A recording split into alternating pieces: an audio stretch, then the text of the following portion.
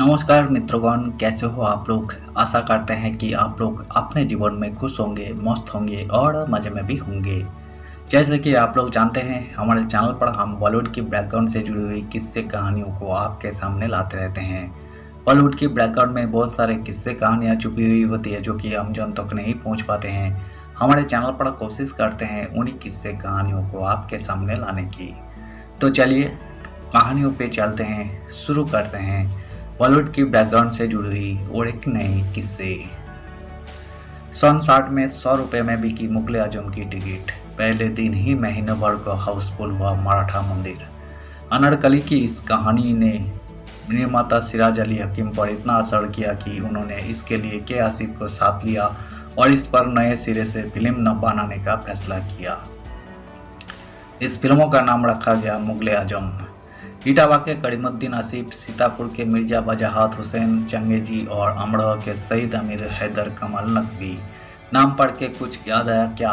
चलिए इनके नाम फिर से लिखते हैं कि आसिफ, वजाहत, मिर्जा और कमाल अमरोही। इन तीनों के नाम हर बार लोगों को तब जरूर याद आते हैं जब बात होती है हिंदी सिनेमा की सबसे नायाब फिल्म मुगले आजम की। के आसिफ की वर्षों की मेहनत से साकार हुई ये फिल्म बटपड़े से पहले बननी शुरू हुई।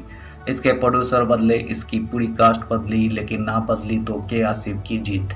और ये इसके बावजूद कि फिल्मों की कहानी लीक होने के बाद तकरीबन इसी कहानी पर एक फिल्म बनकर रिलीज हुई और सुपरहिट भी हो गई।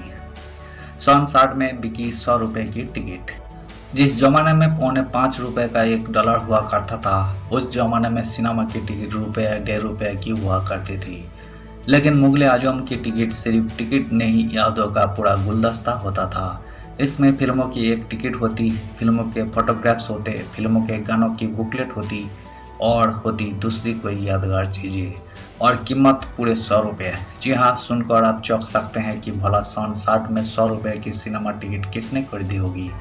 तो जनाब जान लीजिए कि फिल्मों की एडवांस बुकिंग जिस दिन खुली, उस दिन आसपास के शहरों के लोग भी मुंबई पहुंच गए थे मराठा मंदिर के सामने फिल्मों की टिकट के लिए लाइन लगाने। हाथियों पर लाया गया फिल्मों का प्रिंट। बवाल हो गया था मुंबई में मुगले आजम का सिनेमाघरों में रिलीज होना। किसी फिल्मों का एक साथ देश के 150 सिनेमाघरों में रिलीज होना उस वक्त का रिकॉर्ड था। मराठा मंदिर इस फिल्मों के लिए ही रंग रगन करके फिर से चमकाया गया था। प्रीमियर पर प्रिंट हाथियों पर लदकर लाया। सिनेमा के बाहर भव्य सेट सा बनाया गया। फिल्मों के पोस्टर एक जैसे ही रंगे जाए, इसके लिए के आसिफ ने उन दिनों की एक मशहूर पेंट कंपनी का पूरा स्टॉक खरीद लिया था। पहले दिन ही बिक गए महीने भर के टिकट। इधर मराठा मंदिर में एक शो में 1000 लोगों से कुछ ही ऊपर लोगों के बैठने की जगह थी और बाहर टिकट खरीदने वाले इकट्ठे हो गए थे, कोई 1 लाख। थिएटर वालों को पुलिस बुलानी पड़ी, लेकिन लोग भागे नहीं, वही डटे रहे। दिन में 4 शोज में 4000, हफ्ते के 28,000 के हिसाब से 4 हफ्तों के टिकट बिके और उसके बाद अगले 1 महीने तक थिएटर पर बुकिंग ही बंद रही। मुगले आजम की रिलीज के समय ये भी भारत में हो चुका है कि लोग 3-4 दिन तक लाइन में लगे रहे। घर से खाना बनकर आता, रिलीवर फ्रेश होने के लिए रिलीव करता और लोग फिर आकर लाइन में लग जाते। एक साथ 3 भाषाओं में हुई शूटिंग। फिल्म मुगले आजम हिंदी सिनेमा के लिए एक फिल्म नहीं बल्कि कहानी है। हिंदुस्तानी, हिंदू, उर्दू के अलावा अंग्रेजी और तमिल में भी फिल्मों की शूटिंग होनी तय हुई थी और सीन 3 बार शूट होना, लेकिन जिसका डर था बेदर्दी वही बात हो गई। अकबर के नाम से रिलीज फिल्मों का तमिल संस्करण फ्लॉप रहा और के आसिफ ने इसके बाद उन सारे अंग्रेज एक्ट्रेसेस को वापस भेज दिया जिन्हें उन्होंने मुंबई बुलाया था इस फिल्मों की डबिंग करने के लिए। के आसिफ ने फिल्म पर दिल खुलकर पैसा वाया, लेकिन फिल्मों में काम करने वाले कुछ लोग ऐसे भी थे जिन्हें पैसा काटता था, जैसे कि संगीतकार नौशाद। ऐसे राजी हुई बड़े गुलाम अली खां। हुआ यूं कि फिल्मों के लिए बड़े गुलाम अली खान को राजी करने के लिए पैसों की चमक ही काम आई थी। जिस जमाने में लता मंगेशकर और मोहम्मद रफ़ी जैसे काबिल सिंगर एक गाने का 400-500 रुपया लिया करते थे, बड़े गुलाम अली खान ने के आसिफ को भगाने के लिए एक गाने के 25,000 रुपये मांग लिए थे। के आसिफ तक एक ब्रीफकेस लेकर चलते थे, नोटों से भरा हुआ। उन्होंने वही ब्रीफकेस खोला और 25,000 रुपये बड़े गुलाम अली खां को थमा दिए। दो गाने तय हुए, 50% एडवांस थमाकर के आसिफ वहाँ से आ गए। वही गुलाम अली खान फिल्मों में गाने को तौहीन समझते थे, लेकिन पैसा देख वही अब कैसे मना करते। मांग उन्होंने ही रखी थी, पूरी के आसिफ ने कर दी।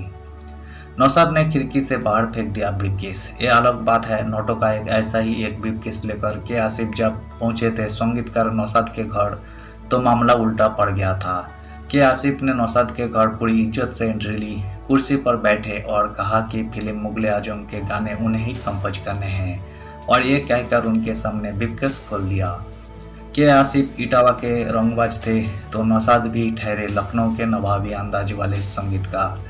उन्होंने नोटों से भरा ब्रीफकेस उठाया और खिड़की से बाहर फेंक दिया। बेगम उनकी ये सनक देख सन्न के आसिफ को कांटों तो खून ही। 20 गानों में से फिल्मों में सिर्फ 12। नौशाद ने उस दिन उनसे बात तक नहीं की। उनको इस बात का ताप कि इसने कैसे पैसे को उनके हुनर का मालिक समझ लिया। नौशाद की बेगम ने बाद में दोनों में सुलह कराई। के आसिफ ने कान पकड़कर माफ़ी मांगी और तब जाकर काम आगे बढ़ा। फिल्मों के लिए कुल 20 गाने नौशाद ने बनाए थे। सारे गाने के आसिफ ने शूट भी किए थे, लेकिन फिल्मों की एडिटिंग के बाद फिल्मों में कुल गाने बचे 12। इस गानों में से हर गाना बेमिसाल। प्यार किया तो डरना क्या बनाने के लिए नौशाद के घर की छत पर पूरी रात जगा हुआ था। कन्हैया जी वाले गाने को लेकर भी तमाम जीरो और बहसें हुई। इम्तियाज अली के नाटक से निकला किस्सा। फिल्म मुगले आजम एक काल्पनिक कथा पर आधारित फिल्म बताई जाती है। इसका जिक्र इतिहास के किताबों में कम और किस्सों की किताबों में ज़्यादा मिलता है। पहले इस कहानी का जिक्र मिलता है इम्तियाज अली ताज के नाटक में। यह नाटक साल 1922 में लिखा गया। सलीम और अनारकली की इसी कहानी पर आदर्शीर ईरानी ने 1928 में अनारकली नाम से फिल्म बना दी। तब तक सिनेमा बोलता नहीं था। पर्दे पर आवाज आई तो ईरानी ने 7 साल बाद इस पर फिर से फिल्मों बना डाली। अनारकली का रोल मिला नरगिस को। अनारकली की इस कहानी ने निर्माता सिराज अली हकीम पर इतना असर किया कि उन्होंने इसके लिए के आसिफ को साथ लिया और इस पर नए सिरे से फिल्म बनाने का फैसला किया। इस फिल्मों का नाम रखा गया मुगले आजम, और इसी के लिए पहली बार 4 मशहूर राइटर एक साथ आए। इनमें शामिल थे जीनत अमन के पिता अमन, वजाहत मिर्जा, कमाल अमरोही और एहसान जरीजवी। हिंदी भट्टी की बोलियों, गीतों, भजनों, लोकगीतों और मुहावरों से इन लोगों को ने सलीम और अनारकली की प्रेम कहानियों को सजाया, और के आसिफ ने तब तक अकबर के रोल के लिए अभिनेता चंद्रमोहन सलीम के रोल के लिए DK सोमप्रू और अनारकली के रोल के लिए नरगिस को तैयार कर लिया। फिल्म मुगले आजम की पहली शूटिंग बॉम्बे टॉकीज स्टूडियो में 1946 में यानी आज़ादी के कुछ ही महीनों पहले शुरू हुई। पहले निर्माता चले गए पाकिस्तान। शूटिंग शुरू हुई कुछ ही महीने हुए थे कि बंटवारे का ऐलान हो गया। सिराज अली जो फिल्मों में अब तक पैसा लगा रहे थे वही पाकिस्तान चले गए। के आसिफ को समझ नहीं आ रहा था कि करे तो क्या करे। इस बीच चंद्रमोहन को भी दिल का दौरा पड़ा और 1949 में वही गुजर गए। सिराज ने एक बार यूं ही के आसिफ से जिक्र किया था कि मुंबई में कभी अगर पैसों की तंगी हुई इस फिल्मों के लिए तो दोनों मिलकर मुंबई की तमाम जमीन पर मालिकाना हक रखने वाले बिल्डर सपूर जी पल्लन जी से मिलकर पैसे की दरखास्त करेंगे। के आसिफ उन्हीं के पास जा पहुंचा। पल्लन जी को फिल्म प्रोडक्शन के बारे में तो कुछ नहीं पता था, लेकिन अकबर के चलाए धर्मदीन इलाही के बहुत बड़े फैन थे।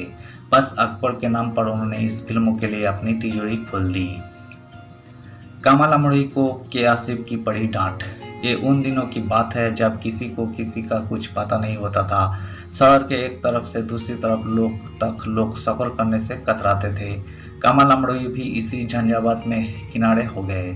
के आसिफ से उनका रब्ता ना रहा तो उन्होंने सोचा कि फिल्म बंद हो गई है। उन्होंने अनारकली नाम से एक फिल्म शुरू कर डाली। यह बात के आसिफ को पता चली तो बेजादा उनके कमाल अमरोही के घर।